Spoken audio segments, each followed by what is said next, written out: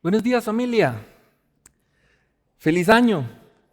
Qué alegre estar con ustedes nuevamente en esta mañana y compartir el privilegio de estudiar la palabra de Dios. Y después de esta preprédica,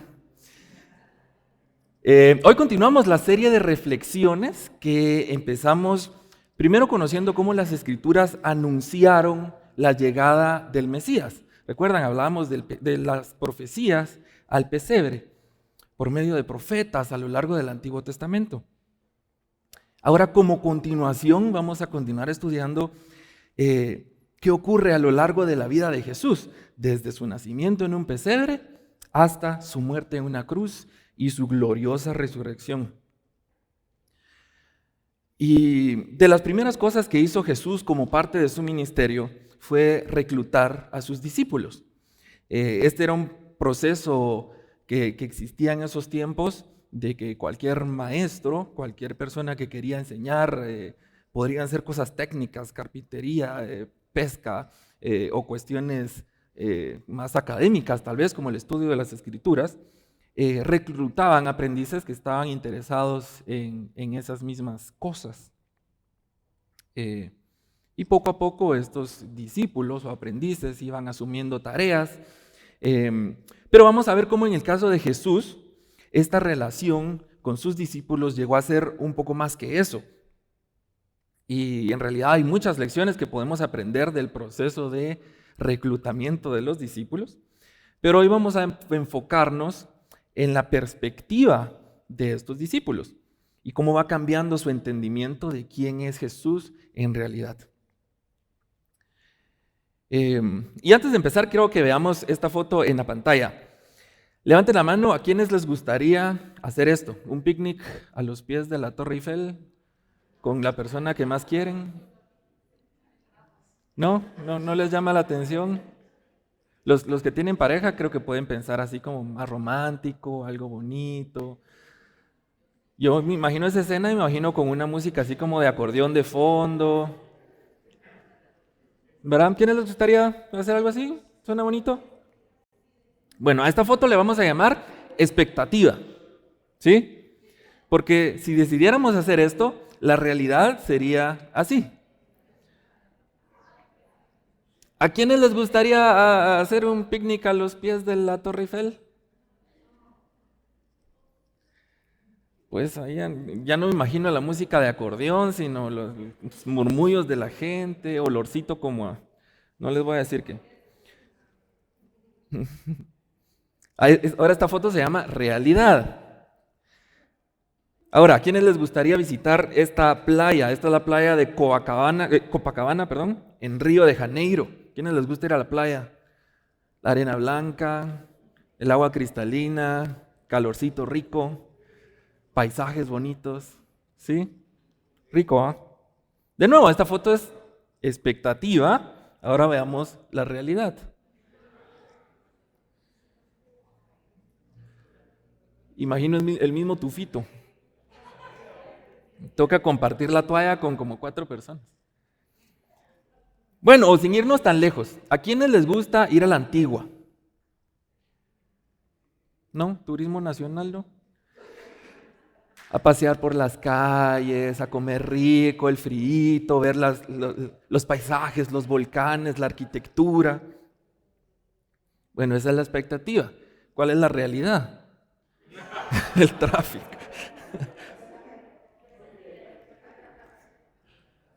¿Cierto o no? Bueno, creo que todos tenemos claro que para cualquier experiencia existe una expectativa y existe una realidad, que no necesariamente van a encajar.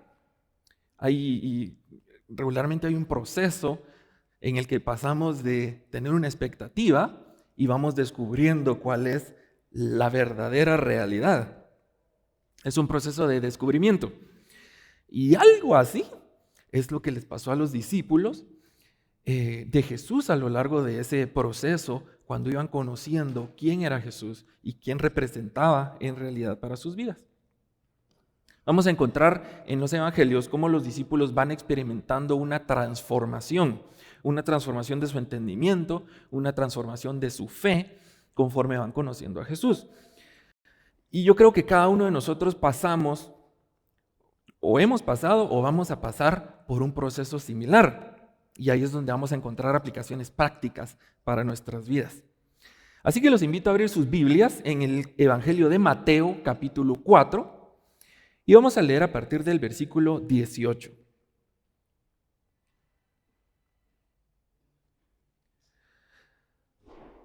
Yo esperando que lo encuentren en sus Biblias, pero también lo tenemos en la pantalla.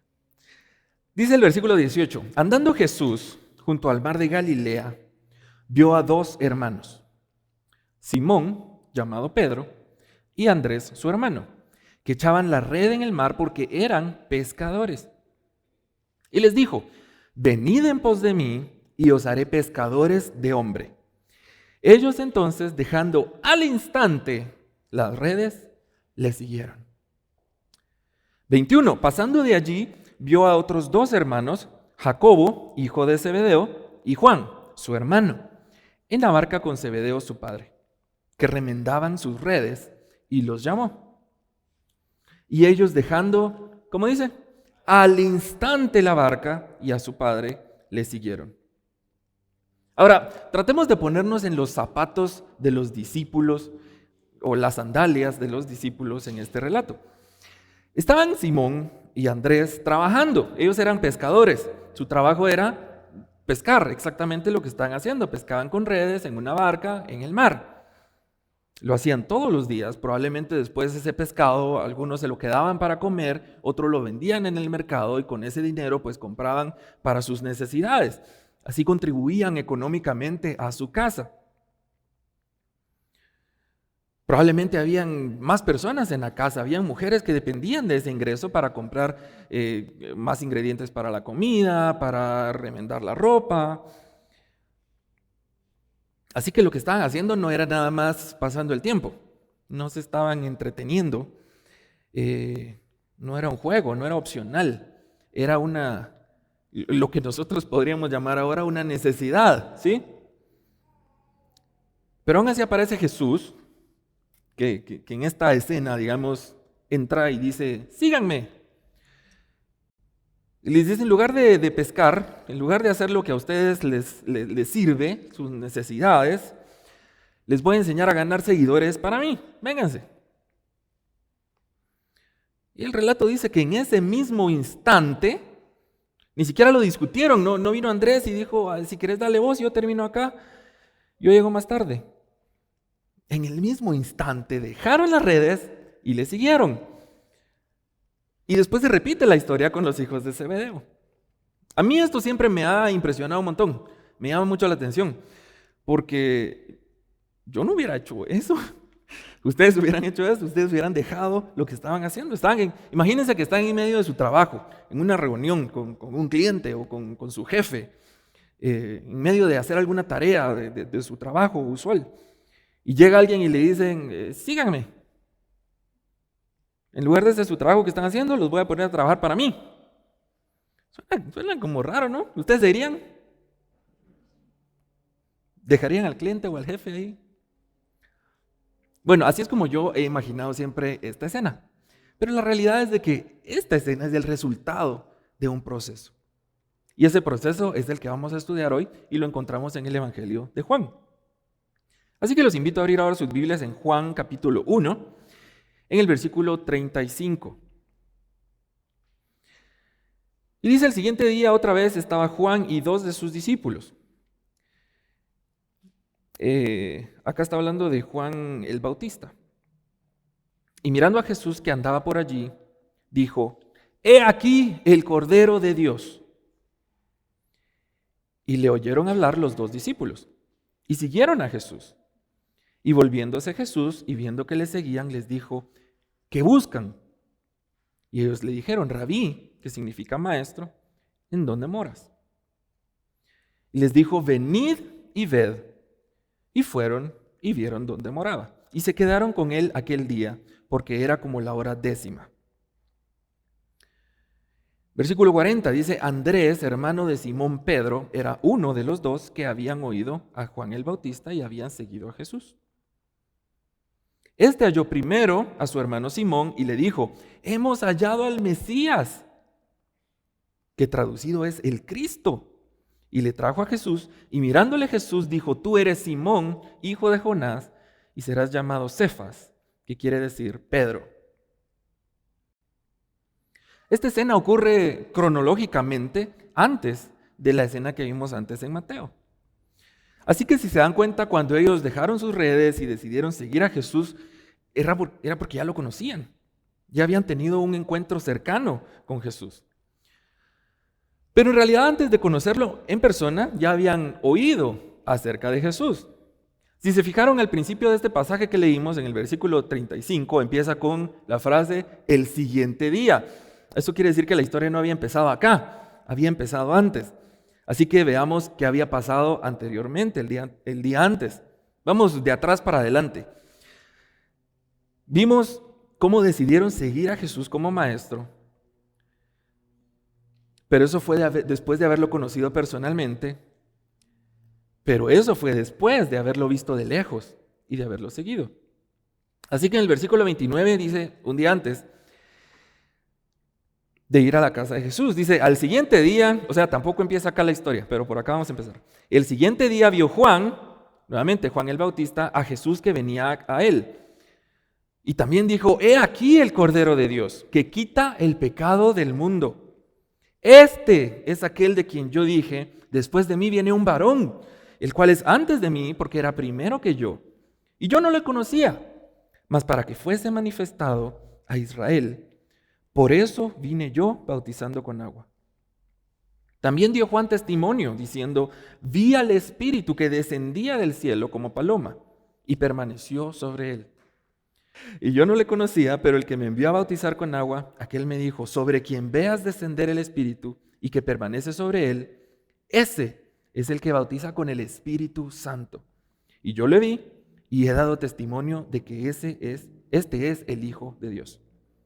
Así que Andrés y Simón ya habían oído acerca de Jesús. Así que si ponemos esta serie de eventos en orden, podemos encontrar diferentes niveles de conocimiento, niveles de conocer a Jesús. Digan conmigo: nivel 1, oír. Nivel 1, oír. Si seguimos ese hilo de eventos, el primer contacto que tuvieron Simón y Andrés con Jesús fue cuando alguien en quien ellos confiaban señaló a Jesús. Imaginen esta escena: estaban Simón y estaban Andrés y probablemente más personas escuchando a Juan el Bautista. Y de repente Juan hace una pausa y señala a otra persona. Y con convicción y con seguridad, sin ninguna duda, declara: miren, ese es el Cordero de Dios que quita el pecado del mundo. Este es de quien yo les estaba hablando todo este tiempo. Estas declaraciones no las hacía cualquier persona. Era Juan el Bautista, alguien que era un profeta respetado. Era un hombre de Dios. Sus palabras tenían peso, tenían significancia. Y lo que estaba diciendo era la noticia más importante en la historia de la humanidad. Ese Mesías que menciona en las Escrituras, todas esas profecías que hemos estudiado desde niños, ese que llaman Emmanuel, el Padre Eterno, el Príncipe de Paz, el Salvador, el Cristo, el que hemos esperado por generaciones, está allí, es Él. Y lo que estaban experimentando Andrés y Simón en ese momento era el diseño de Dios para despertar, para comenzar la fe en cualquier persona. Recordemos Romanos 10:17, dice: así que la fe es por el oír, y el oír por la palabra de Dios. La fe no nace de una experiencia, llamémosle mística, o de algún sentimiento. No nace de tal vez alguna observación del mundo. Nace de escuchar el Evangelio, nace de escuchar las buenas noticias. Y alguien tiene que anunciarlo. En el caso de Andrés y Simón, ese alguien era Juan el Bautista. Cuando exclamó: ¡he aquí el Cordero de Dios! Y Juan no estaba expresando su propia opinión, estaba declarando la palabra de Dios. Y aquí quiero hacer un pequeño paréntesis, vamos a recordarlo más adelante, porque justo antes de este versículo en Romanos 10:17, otra vez estoy yendo para atrás, en el versículo 13 dice que todo el que invoque el nombre del Señor será salvo, pero ¿cómo invocarán a alguien en quien no han creído? ¿Y cómo creerán en alguien de quien no han oído? ¿Y cómo irán si no hay quien les predique? Así que acá recordamos la importancia de la predicación del Evangelio. Los que vamos más adelante en ese proceso de fe, en nuestro caminar con Cristo, tenemos la responsabilidad, pero también el llamado, la instrucción de anunciar el Evangelio y enseñar la sana doctrina a las nuevas generaciones de cristianos. Y no hablo de nuevas generaciones en términos de edad, sino, llamémosle, de madurez espiritual. Cada uno de nosotros, según la gracia que hemos recibido, estamos llamados a ser luz y guía para quienes recién comienzan su proceso de fe. Cierro paréntesis. Así que desde la perspectiva de Simón y Andrés, ¿qué sabían acerca de Jesús hasta este momento? Pues sabían su nombre, sabían que se llamaba Jesús, sabían que era de Nazaret. Ahora, por lo que habían escuchado de Juan el Bautista, sabían que era llamado el Cordero de Dios, que le llamaban el Hijo de Dios, el Mesías.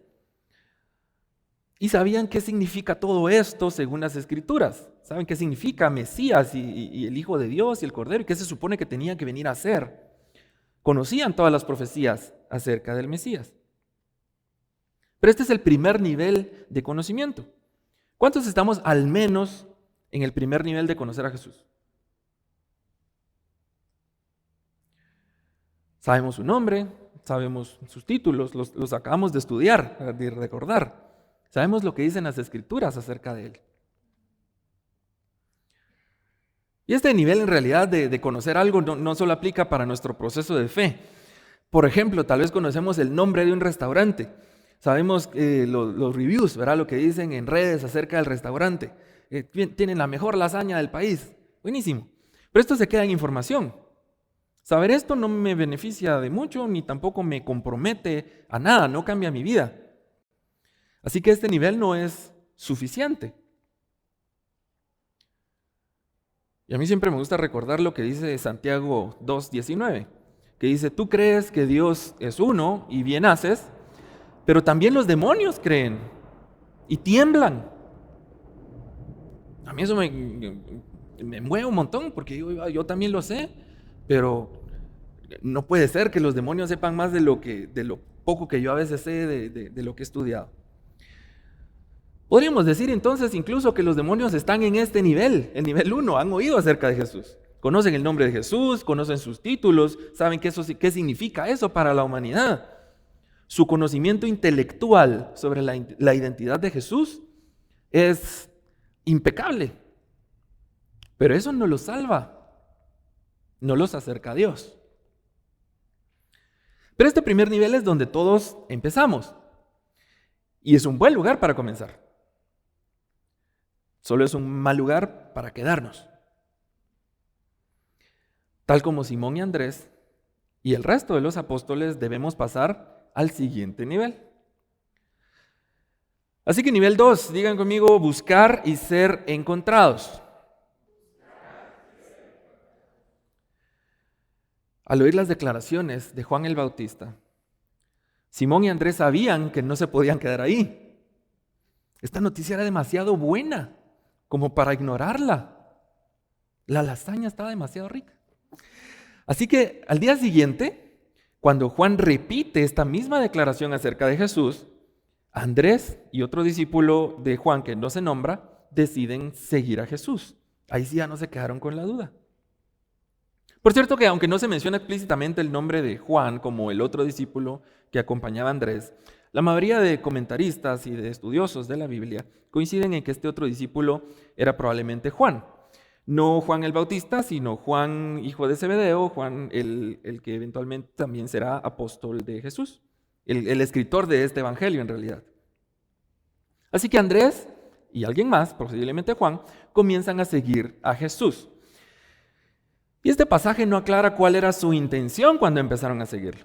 simplemente que lo siguieron. Y como yo imagino esta escena, es que iban caminando como tímidos atrasito de Jesús, como lejitos, susurrándose. ¿Qué le decimos? ¿Será que nos va a hacer caso? Háblale vos primero. Pero lo que imagino es que de seguro no esperaban lo que Jesús hace, porque es algo inesperado. Jesús se da la vuelta. Él toma la iniciativa, los mira directamente y les pregunta, ¿qué están buscando? Ahora, esta pregunta revela la divinidad y el carácter de Jesús. Porque a lo largo de las Escrituras vemos cómo Dios tiene ese hábito de hacer este tipo de preguntas. Estas son las preguntas que revelan las intenciones profundas del corazón. Por ejemplo, en Génesis, luego de que Adán y Eva han cometido pecado, se escondieron. Y Dios sabía esto, sabemos que Dios lo sabe todo, Dios lo ve todo, pero aún así Dios le pregunta a Adán, ¿en dónde estás? No porque no supiera dónde estaba, sino porque quería darle la oportunidad a Adán de que confesara las intenciones de su corazón. Y encontramos más instancias en las Escrituras de este tipo de preguntas. Jesús está haciendo esta pregunta como una invitación a un diálogo honesto. Quiero conocer sus intenciones. Quería saber si estas dos personas lo seguían por algún interés egoísta o si era realmente un interés genuino por conocer a ese que llaman el Mesías. Y esta pregunta también revela la naturaleza de la gracia. Es iniciativa de Dios, pero requiere un corazón dispuesto. Y la respuesta que encontramos que dan ellos fue la respuesta correcta. Dijeron, maestro, ¿en dónde te estás quedando?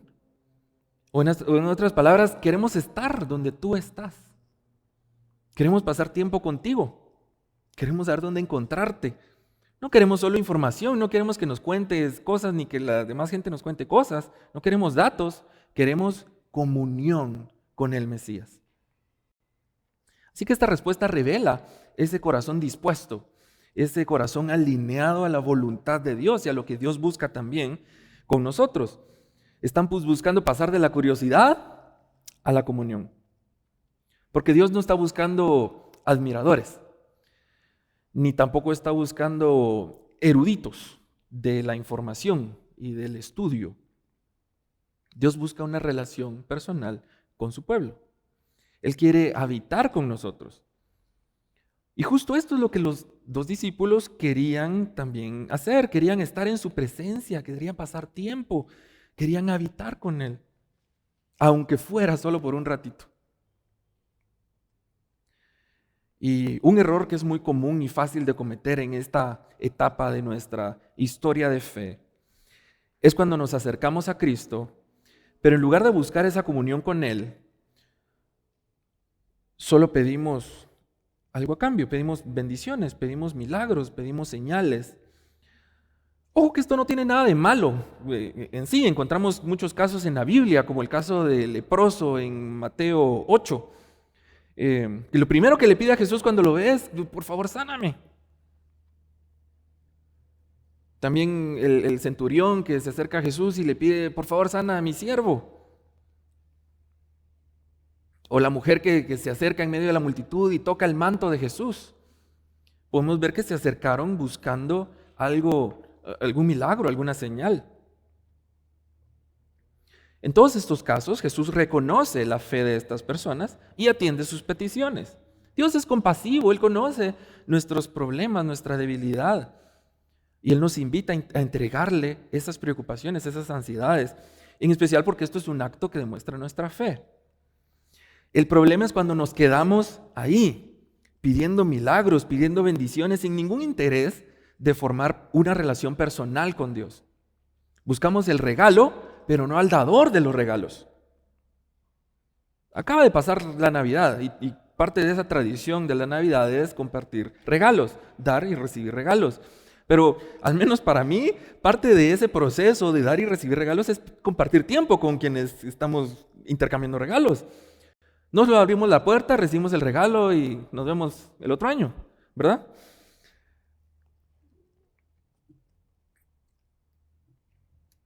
En el capítulo 6 del Evangelio de Juan, encontramos el milagro de la multiplicación de los panes y los peces para alimentar 5,000 personas. Y algo muy interesante es que al día siguiente de que ocurra este milagro, la gente regresa al mismo lugar del mar a la orilla del mar de Galilea y están buscando a Jesús. ¿Por qué creen que estaban buscando a Jesús? ¿Será que querían una relación personal con Jesús? ¿Será que tenían las mismas intenciones, el mismo corazón que los dos discípulos? ¿Estaban siguiendo a Jesús para pasar tiempo con él? Cuando al fin encuentran a Jesús, y lo buscaron bastante porque Jesús ya había atravesado al mar, Jesús revela la verdadera intención de sus corazones. Dice en el versículo 25, hallándole al otro lado del mar, le dijeron, Rabí, maestro, ¿cuándo llegaste acá? Yo me imagino esto como que, ¿a qué horas te nos fuiste tan lejos? 26, respondió Jesús y les dijo, de cierto os digo que me buscáis no porque habéis visto las señales, sino porque comisteis el pan y os saciasteis. Y Jesús continúa hablándoles acerca de este tema por el resto del capítulo, les da un sermón, hasta los mismos discípulos terminan regañados en esa ocasión. Pero es que es muy fácil, cuando hemos recibido bendición, obvio que queremos más bendición. Pero encontramos a lo largo de las Escrituras que lo que Dios busca es una relación personal, es comunión con cada uno de nosotros. Ese es el corazón del Evangelio. Y lo vemos en la respuesta de Jesús. Cuando los discípulos le preguntan, Maestro, ¿en dónde te estás quedando? Ahí aprobaron el examen del corazón. Y Jesús le responde con una invitación, les dice, vengan y vean.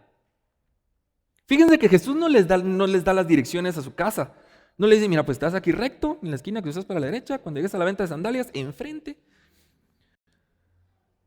Su respuesta fue, para estar conmigo, caminen conmigo. Vengan, compruébenlo por ustedes mismos. Así que buscar comunión es dedicar tiempo a estar con Jesús, dedicar tiempo a la oración y no solo para pedir, sino para escuchar.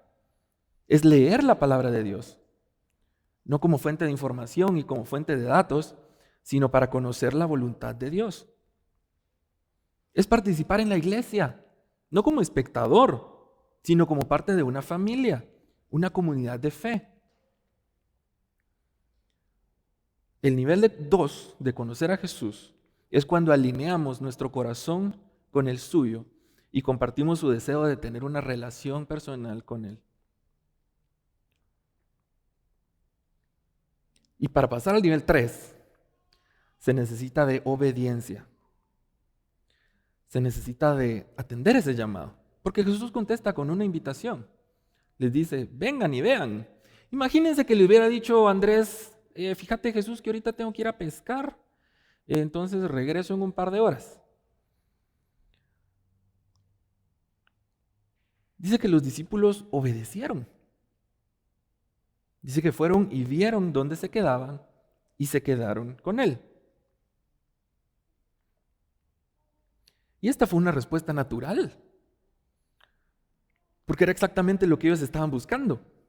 Su corazón estaba alineado con el de Dios y obedecer era la respuesta natural. El nivel 3, digan conmigo, experiencia personal que transforma. Durante esa tarde con Jesús, los dos discípulos pasaron de saber acerca del Mesías a conocer a Jesús. Su fe pasó de ser información y se convirtió en convicción, se convirtió en un propósito de vida. Imaginen ese tiempo, esa conversación. Yo creo que todos en algún momento nos hemos puesto a pensar qué le diríamos a Jesús si lo tuviéramos enfrente. Probablemente cenaron. Le hicieron preguntas, Jesús les hizo preguntas, se rieron un poco. No sabemos los detalles, pero sí sabemos el resultado. Porque cuando Andrés sale de esa casa, sale corriendo a anunciar la buena noticia. Dice el versículo 41 que Andrés encontró primero a su hermano Simón. Probablemente fue con otras personas además de Simón. Pero cuando llega con Simón, declara con la misma convicción que Juan el Bautista había declarado anteriormente: ¡encontramos al Mesías! ¡Qué buena noticia!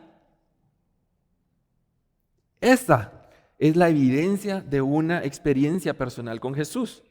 No podemos esconderla. Cuando encontramos algo tan bueno, tan verdadero, no podemos esperar para compartirlo con las personas que más queremos. ¿Recuerdan el paréntesis del primer nivel? Tenemos una responsabilidad, un llamado a predicar el Evangelio. Así que la buena noticia es que este proceso de conocer a Jesús es un ciclo que se retroalimenta. Cuando tenemos una relación personal con Jesús, obtenemos esa motivación de contarlo a los demás y de traer más personas a tener comunión con Él. El problema otra vez es cuando nos quedamos en el nivel 1 y tenemos toda la información, pero no buscamos una relación personal con Jesús. O en el nivel 2 buscamos a Jesús, pero solo para mi propio beneficio y no buscamos una comunión con Él. Este nivel 3 de conocer a Jesús es una transformación, es un nivel que nos motiva, que nos impulsa, o como diría Pablo, que nos constriñe, porque redefine nuestra identidad. En el caso de Simón, ese cambio de identidad es literal. Dice en el versículo 42, Andrés trajo a su hermano Simón a Jesús, y mirándole Jesús dijo: tú eres Simón, hijo de Jonás, y tú serás llamado Cefas, que quiere decir Pedro. En este momento Jesús hace dos declaraciones que definen esa experiencia personal con Él. Primero dice: tú eres. Jesús no le dice: mucho gusto, soy Jesús, ¿cuál es tu nombre? Jesús lo conoce, Jesús sabe su nombre, sabe su descendencia, le dice: tú eres hijo de Jonás. Así también nos conoce a cada uno de nosotros. Incluso antes de que nosotros escuchemos o lo conozcamos a Él. Él conoce nuestro nombre, conoce nuestro pasado, conoce nuestras debilidades y conoce nuestras luchas. Y luego Jesús le dice: tú serás. En ese momento Jesús redefine la identidad de Simón, redefine su futuro, redefine su propósito. Porque la experiencia personal con Jesús no nos deja como estamos, nos cambia de nombre. Nos da una nueva identidad, nos da un nuevo propósito en Él. Todo lo que yo era antes de haber tenido comunión con Cristo es renovado y es transformado.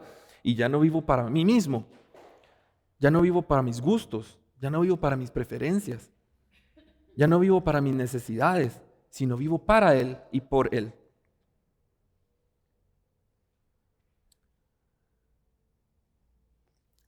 Nivel 4. Digan conmigo: seguimiento radical. Repasemos, ¿cuál era el nivel 1? Oír. Nivel 2. ¿Lo repitieron todos conmigo? Buscar y ser encontrados. Nivel 3. Una experiencia personal que transforma. Y nivel 4, seguimiento radical. Pues es después de conocer a Jesús a este nivel, al nivel 3, que Andrés y Simón son llamados a ser discípulos de Jesús a tiempo completo. Es después de todo esto que acabamos de recordar que nos encontramos con los eventos de Mateo. Así que leamos de nuevo a partir del versículo 18 y vamos a ver cómo se ve muy diferente esta escena. Dice: andando Jesús junto al mar de Galilea, vio a dos hermanos que ya conocía: Simón, que ahora se llamaba Pedro, y Andrés su hermano, que echaban la red en el mar porque eran pescadores. Y les dijo: después de haber tenido una experiencia transformadora conmigo, vengan y los haré pescadores de hombres. Ellos entonces, dejando al instante las redes, le siguieron. Pedro, ya no era Simón, Pedro y Andrés ya habían oído que él era el Mesías. Y lo habían oído de la boca de su maestro, Juan el Bautista, alguien confiable. Habían alineado las intenciones de su corazón con las mismas intenciones de Jesús. Buscaban tener comunión con Él. Ya habían sido transformados, ya tenían un nuevo nombre, una nueva identidad. Acá dice que eran pescadores, pero el versículo siguiente ya no lo son. Por eso dejaron las redes, porque su identidad ya no era esa. El siguiente paso natural en la fe, en la historia de fe de estos dos discípulos, era renunciar por completo a su vida anterior. Asumir la identidad que Jesús ya les había dado. Por eso cuando Él les dice, vengan, síganme, los haré pescadores de hombres. Esta no es como una propuesta en frío. Es la confirmación de ese llamado. Es la continuación de ese proceso que ya había empezado.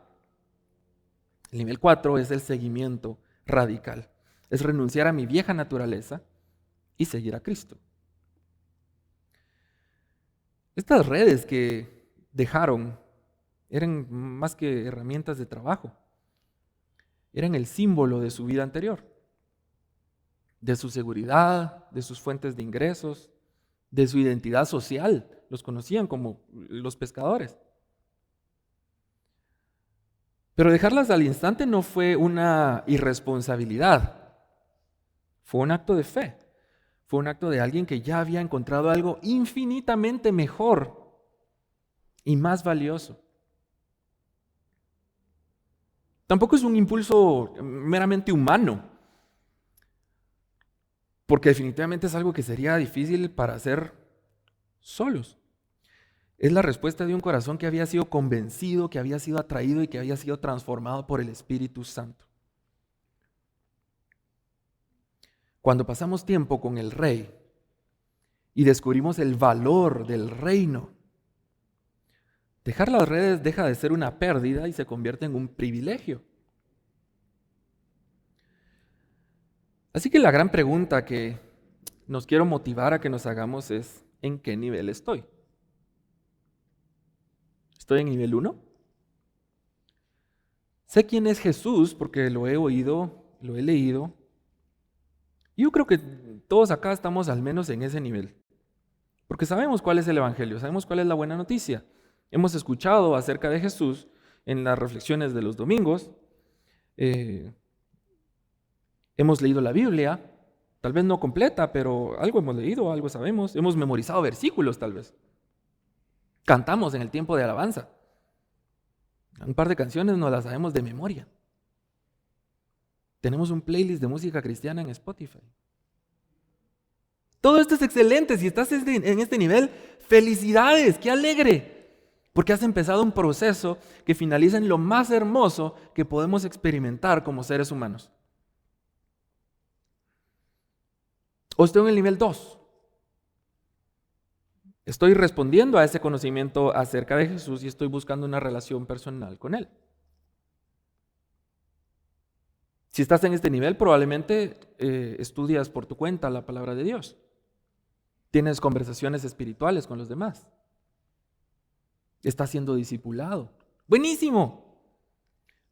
Pero ten mucho cuidado. Cuidado con las intenciones de tu corazón. ¿Qué está motivando tu búsqueda? ¿Estás buscando conocer a Jesús o solo buscas lo que Jesús te puede dar?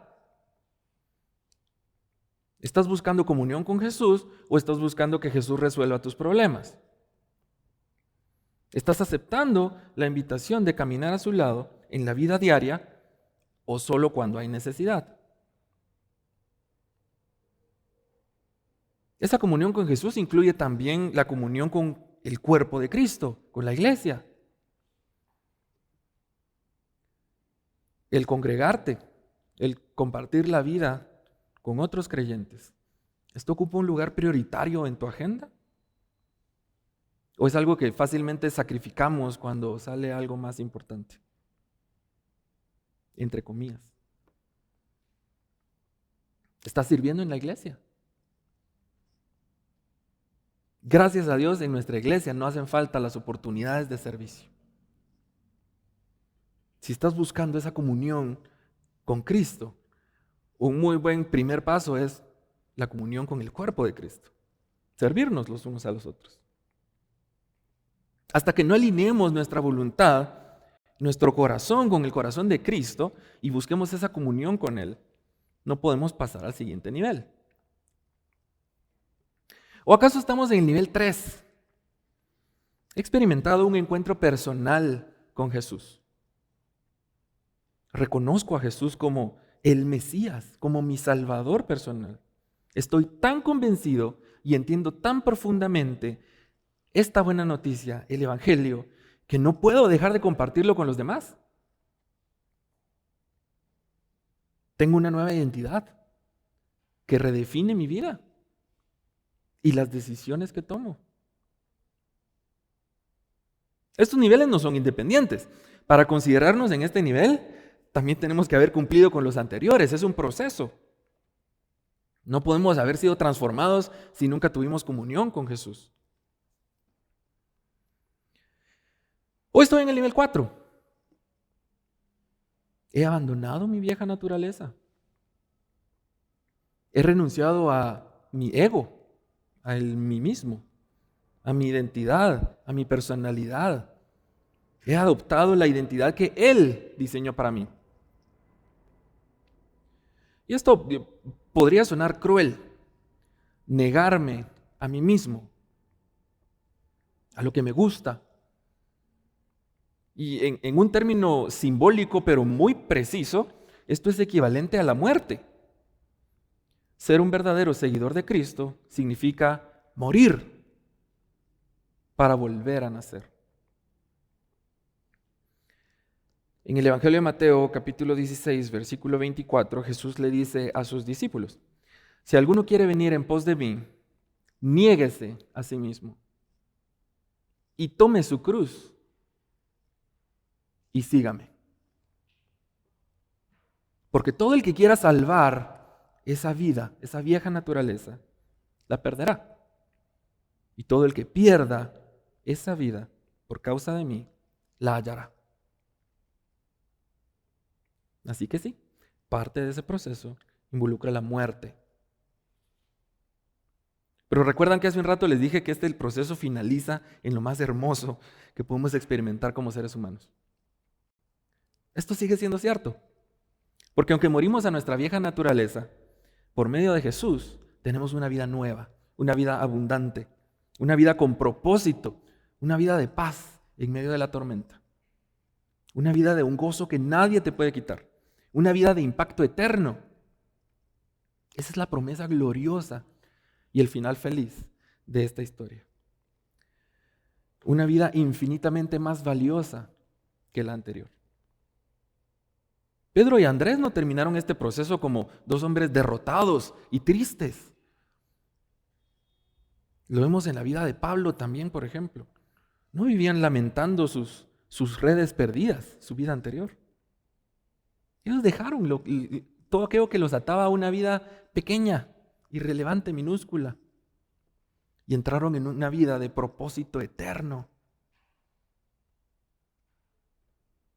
Pedro y Andrés terminaron como los cimientos de la iglesia cristiana. Así que estos 4 niveles no son una escalera difícil, tediosa, molesta, sino que son un camino hermoso y progresivo de la gracia de Dios. Y este camino es iluminado y es habilitado en cada paso por el Espíritu Santo. No estamos solos. Él nos capacita, Él nos atrae, Él nos transforma y Él nos fortalece. Esa es la manera amorosa de Jesucristo, que nos va revelando quién es Él y en el proceso va revelando quiénes somos nosotros realmente en Él. Así que en este caso, la realidad es mucho mejor que la expectativa. Oremos. Padre Santo, te doy infinitas gracias por ese plan perfecto que has diseñado para conocerte. Porque es un plan que, aunque suena cruel a nuestros ojos y oídos humanos, es un plan glorioso que tú has diseñado que termina en tu presencia, Señor. Qué más hermoso que eso, Padre. Te quiero pedir por todas las personas que estamos acá hoy, ayúdanos a hacernos esta pregunta durante esta semana ¿En qué nivel de conocerte estamos? Revélanos, Padre, en cuál de estos niveles estamos y cuál es el siguiente paso que tú quieres que tomemos para pasar al siguiente. Porque lo mejor es que te conozcamos, Padre, que conozcamos ese propósito y ese diseño perfecto que tú tienes para cada uno de nosotros. Que aprovechemos de esa relación personal que buscas con nosotros, Señor. Qué privilegio tan grande que el Rey de Reyes, el Creador del universo, busque una relación personal conmigo.